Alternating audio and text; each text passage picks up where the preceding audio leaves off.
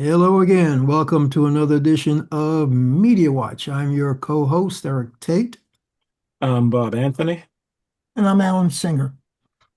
educator historian Dr. Alan Singer, our resident expert on Media Watch, and lots of stuff to cover. But you know what? Quick like Robert Mueller. Robert Mueller, a patriot par excellence, and I don't toss that word around lightly. And you guys can back me up when you give our viewing audience a little bit about his background. But he passed last week, and we're doing this the Wednesday, March 25th, before our Monday airing on Manhattan Neighborhood Network and being brought to you by EVT Educational Productions, Zoom, and the three of us. So hopefully it'll air on MNN, Manhattan Neighborhood Network, next Monday at 5:30 Eastern Daylight Saving Time. Yes. So Mueller passed when this airs about a week and a half ago. And reaction to Mueller's death, guys, real quick. Well, Well, define who he is before. Go ahead, Alan. Define who he is before. okay, Mueller was a Vietnam War vet, Marine, won a whole slew of medals. He was a assistant attorney general who prosecuted uh, Manuel Noriega and John Gotti. He investigated Pan Am Flight 103 bombing. He became the director of FBI. And then after he retired as director of FBI, he was the special counsel appointed to oversee the investigation into Russian interference in the 2016 presidential election. Yeah, And Bob. yeah, he right, and he had a long, like you said, a long history in law enforcement. Like you said, Eric, he was a veteran, and even former New Jersey Governor Chris Christie mentioned his long military history and the way he always stood up. But in the middle of all of this, I mean, we respect him for his history, is what Eric and Alan and I are saying. But Eric, what did Trump say in light of the death of this, of Mr. Mueller? Something to the fact that he's dead good. And that's almost an exact quote. I know good came out of his word. The exact sentence structure, I'm not quite sure of. But the reason why Trump said that is because Mueller, in being a special prosecutor to dig into Russian interference on that 2016 election, basically came out with a report that in effect said, yes, there was Russian interference in the 2016 election, and yes, the candidate that the Russians was trying to help and his campaign basically encouraged the Russians in their interference in that election campaign. The report actually said that Miller relied on William Barr, the then hand-picked Attorney General by Donald Trump, and basically Barr tried to spin the report by saying there wasn't enough evidence to accuse the president of election, not obstruction of justice. Mm. And Miller wrote a scathing personal letter to Barr, I've read in the New York Times, excoriating him for spinning his report that basically confused the American public on what that report had to say. So the fact that when Roger Stone and who was it, Michael Flynn, were both pardoned by Donald Trump, those were two people that Miller, in his report, made sure he went after in that special counsel investigation, got them prosecuted and convicted. And then Trump pardoned them, so Miller finally had to come out and write an op-ed talking about the fact that, yes, this should not have happened, this should not have been, but he never once said, I'm going to try to prosecute Donald Trump. He said, that's what the Congress is supposed to deal with, to the effect that that is not my purview because of the office of the president, and you don't prosecute. Basically, I'm paraphrasing. And so he was leaving it in the hands of the Congress. And guess what? the Congress did try. They impeached Donald Trump twice. And the guy who did not try Donald Trump after he was impeached was Mitch McConnell. Mitch McConnell basically just said that's what the civilian courts are supposed to do. Mueller's expecting Congress to deal with this guy. Mitch McConnell says that's what the civilian courts are supposed to do. So now the rest of us can thank Mitch McConnell for a 6-3 Supreme Court that gave the dodo immunity from any acts of treasonous conduct, any act of murder, if he, quote, was doing it in his, quote, capacity as President of the United States. So this illegal war and shooting people out of boats in the Pacific, war crimes, he can walk away from because the 6-3 Supreme Court that Mitch McConnell allowed gave him that immunity. So we can thank Mitch McConnell for the war crimes, the 6-3 Supreme Court that gives him immunity, and the debacle the world is in now because the dodo in the White House was able to launch an illegal war. Enough. You got and that's why we honor Mr. Mueller, because he was a man who actually followed the law, followed the Constitution, and actually, didn't make it personal. He followed the book. So life well lived. Yep. And guess what? All that war crime stuff that people should and could be reporting on, Bob talked to us about why the Pentagon now will not let people do what they should be doing. Well, I mean, and we're going to get into this censorship era that we seem to be in right now. I'm sure you have a lot more, Alan, that you'll add on a little bit later. But the latest thing is that the federal judge basically threw out the new rules that Secretary of well, it's war now, right? Not defense. Would said, be. Offense. Congress hadn't changed it. Offensive. Yeah. you're right. You're right. So, Congress didn't change the name, but yeah, he changed the rules for the media so that they would heavily restrict the media from how they would cover the Pentagon. Most of the major media walked out on those rules, and the New York Times sued the Pentagon. The New York Times won that suit. The judge threw out the new restrictions. And so what was the response of Hegseth? He's closing the Pentagon's media offices and not replacing them with anything for the moment. And apparently they want to set up a media office outside the Pentagon, and the media would need an escort to walk in.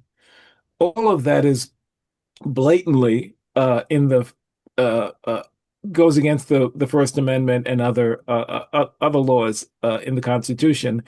And so the New York Times is suing them again, basically saying that the Pentagon is trying an end run. We're in an era where if you don't write what the Pentagon wants you to write, you will get they will go after you. That's where we are right now. The people who have credentials right now are all the right-wing outlets. The big outlets aren't there.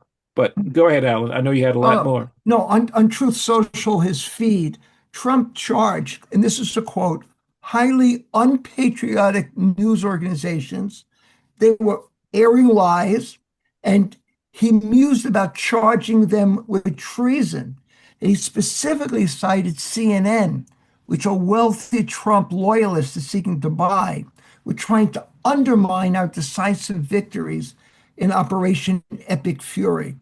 Now, Paul Krugman, who's a Nobel Prize-winning economist, he said a better name for Operation Epic Fury would be Operation Epic Fubar, which is a military term for all fouled up beyond all recognition, except the F was not really fouled up. Correct. My take on that is Operation Epic Fury is really Operation Epic Fiasco or Operation Epic Snafu, situation normal, all effed up. Yes. That's my old military term when I was back in the military. And it was the term back in World War II and probably back in World War I. But go ahead, Alan. I didn't mean to interrupt. Well, I mean, just again and again, the offensive Secretary Hegseth, who preens for the camera, has been complaining about newspaper headlines and the television news bottom of the screen updates. The Federal Communications Chair, another Trump lackey, warned broadcast television networks that they were broadcasting hoaxes and news distortions, and he threatened to revoke their licenses. Trump said he was thrilled to see this. White House Press Secretary Carolyn Levitt, one of Trump's unqualified blonde ornaments, uh, said the media has been undeniably biased and negative in its coverage of President Trump and Operation Epic Fury. Anyone with eyes and ears can see this. Now, I have eyes and ears, and I noticed the gas prices are like $4. So I wonder, with the strategy. Now, I was curious, what has this kind of censorship of the media happened in the past? In reality, it had, but the difference was those were declared wars. During the Civil War, Abraham Lincoln used wartime powers to restrict newspaper coverage, and he targeted northern publications sympathetic to the Confederacy. Uh, During World War I, President Wilson implemented unprecedented restrictions on newspapers, basically accusing them of espionage and sedition. He targeted socialist anti-war newspapers, German and Irish ethnic newspapers, but especially the black press, which is interesting. He did that. He went after the Chicago Defender, the Messenger, and the New York Age.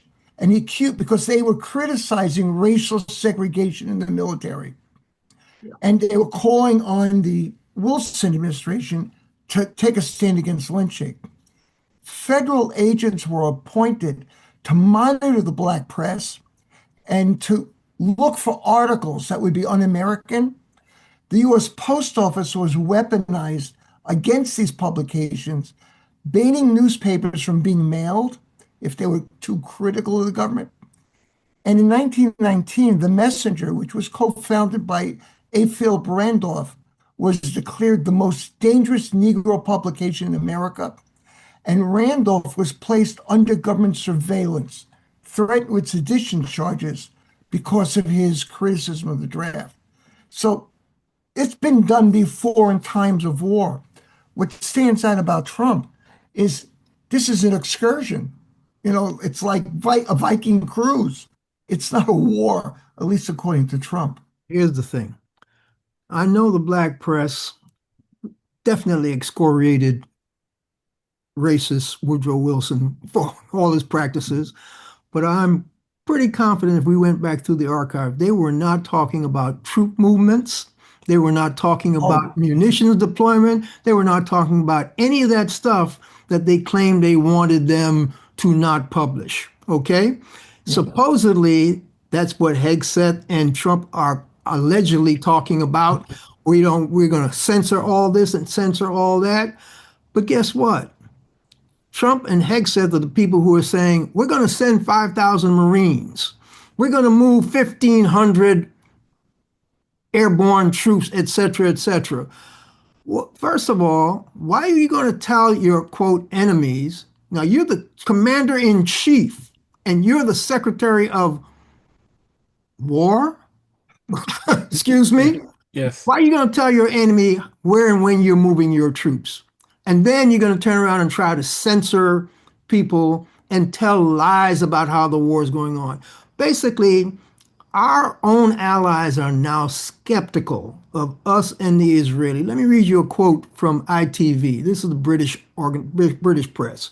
If it hasn't gone off my screen or recycle, here.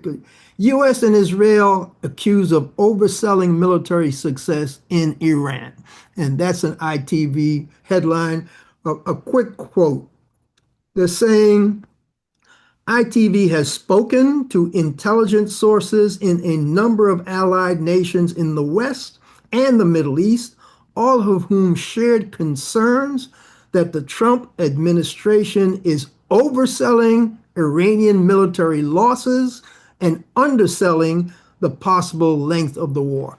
And that's just a quick mini quote of an entire article that goes into why and for how long now these people are no longer paying any attention to what our intelligence people and what the president and what Netanyahu is saying about that war. Go ahead. And there's even among Congress people, senators, representatives, I hear them interviewed on TV saying, "I didn't know about this till I heard it on the news." So they're not getting the updates, the internal updates that the committees would normally get. You know, you can go into secret, you get the high level briefings, which obviously they can't share with with the rest of us. But even in Congress, they don't get anything that they can use. So they have to turn to the foreign press and to other folks to find out what's actually going on over there. So yeah, it's and as Alan just said, we have official White House web pages spouting lies about the media and CNN calling them well, I know they want to call them worse, but calling them what their reports fiction, which they're not. Alan, talk to us about what the Iranians themselves had to say about Trump's claims about his talks with them and ending this war. Well, apparently, Trump is demanding unconditional surrender, and they're not going to do that.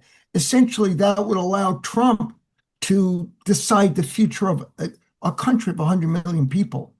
But the other thing that scares me, Israel has been using the cover of the war with Iran to invade Lebanon, to crack down and expand their forces on the West Bank.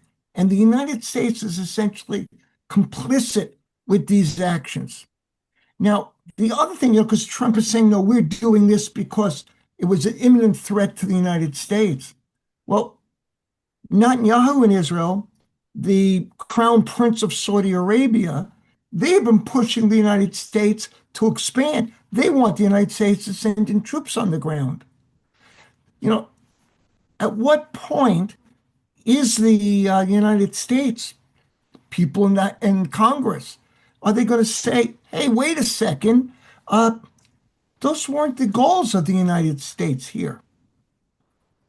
You I know, have, go ahead. the last sentence, this coming Saturday is going to be another No King's Day march. And I'm probably going to go to the one in Queens, but there's going to be marches in Manhattan, all over the country, because people are just outraged. They just don't understand what kind of government we now live under.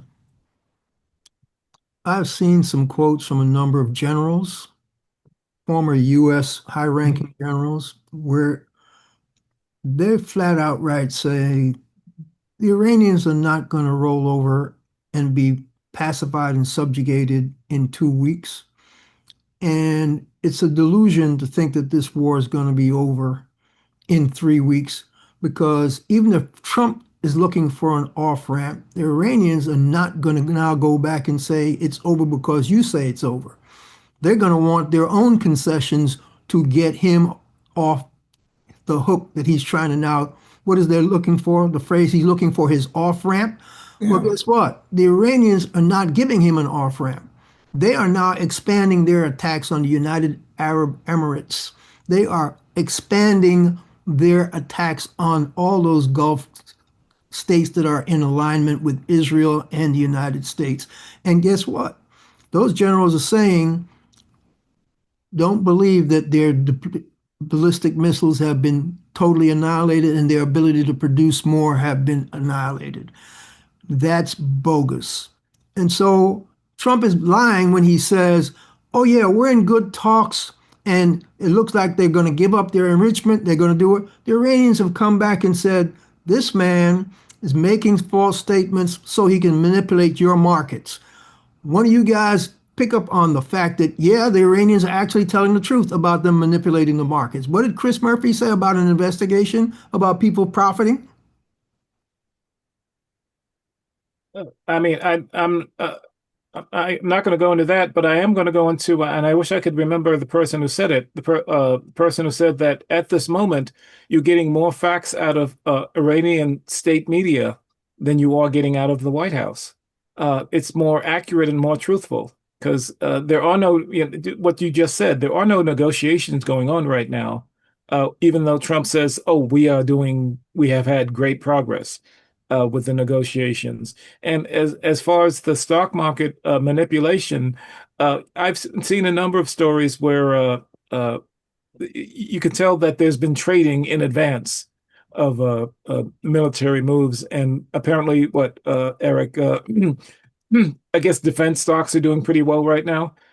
The bottom line from the story I was reading and the headline that I saw that Murphy wants an investigation is because prior to Trump saying, "Oh, we're going to hold off on my 48-hour ultimatum about bombing these infrastructures in Iran," 15 minutes prior to that big announcement, which caused the stock market to go up, people had been trafficking in the market 15 minutes before that announcement. Major influx of buys, sells, whatever. I forget, the bottom line though, people were manipulating their positions based on what they knew was coming announcement wise.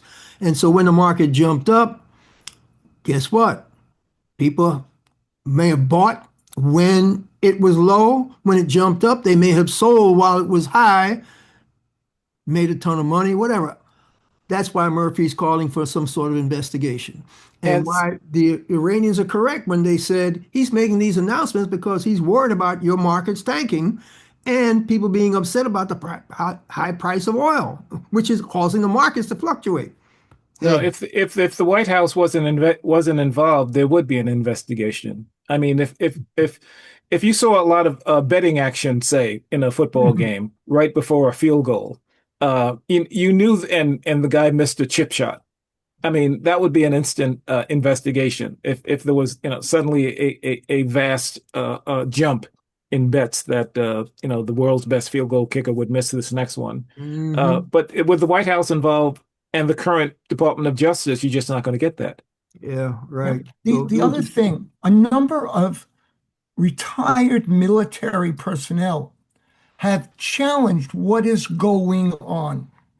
In the Hill, retired Major General James Marks, he predicted the Iranian regime could withstand the U.S.-Israeli attack for years. yep, that's In one the of New the York stories I read. Times, you Hmm. know, General Stanley McChrystal said this is just a big mistake.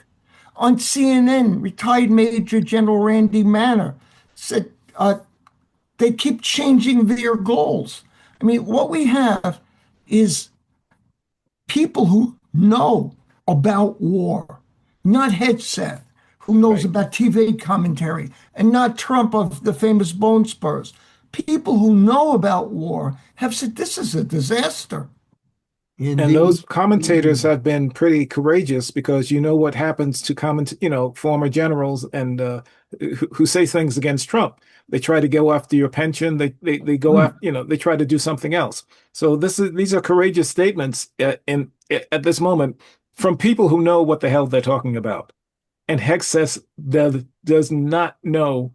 He's an we've said it so many times. He's an arrogant fool, full of Operation Epic Fiasco.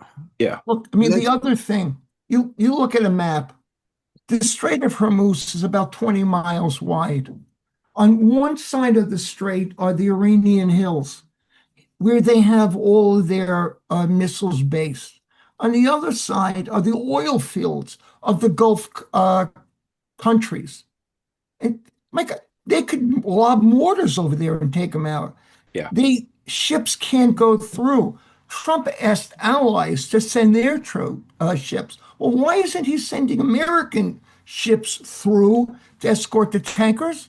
because Because guess it's too what? dangerous. The Yeah. Iranians are Yeah. allowing people that are not allied with the U.S. and Israel to let some of their ships go through. There have been a couple of stories that I've seen. You guys probably seen them as well. An Indian tanker went through. Another, Gulf that's not aligned, their tanker went through. The Iranians, all those folks do is they coordinate with Iran and Oman, and they walk their tankers through. Anybody that's not they can't go through without getting their cargo possibly attacked or their ships. So yeah, there is no off ramp without coming to terms with the Iranians, and this fool doesn't know how to make that happen. And the Israelis are going to try to make sure that doesn't happen because they want to continue the war, just like the Saudi Arabian prince wants to reshape the Mideast, so he wants Trump to continue this war. So And we have about 2 minutes left. But yeah, if you look at the ship tracking map app online, you'll just see the cluster of ships packing that strait. But go ahead, Eric. Didn't mean to interrupt. I was going to say we've done enough on Operation Fiasco. There are a couple of other things that we no longer have enough time to talk about, but we should at least mention. One of which I think is the Supreme Court, and it's leaning towards the voting just being on the day of the vote, no mail-in ballots. That's a story we need to take a hard look at some point.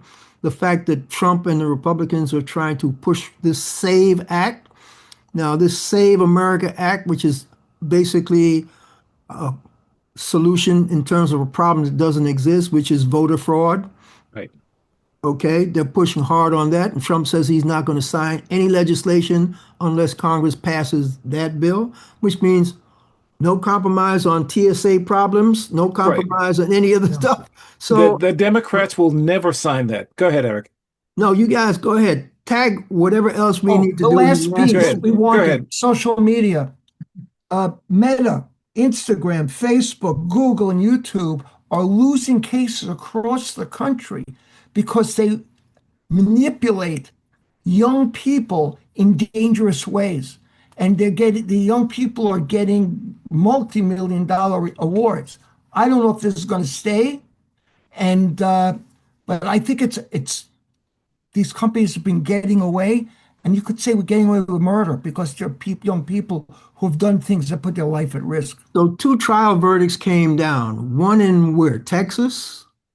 And one in California. But I thought it was yeah. in Washington. Okay, you're right. And Okay. Washington and New Mexico. New Mexico, and we got the geographical area. Yeah, but we'll have to cover that in another show because We we have need about to- we have 15 seconds left. Yeah, we need to dig into that on, if not the next show, another Yes. show, because that story is not going away. So Yes. this has been Media Watch, folks. I'm your co-host, Eric Tait. Alan Singer. Bob Anthony, catch up to us on YouTube at Media Watch EVT. And we'll catch you the next time, folks. Stay safe.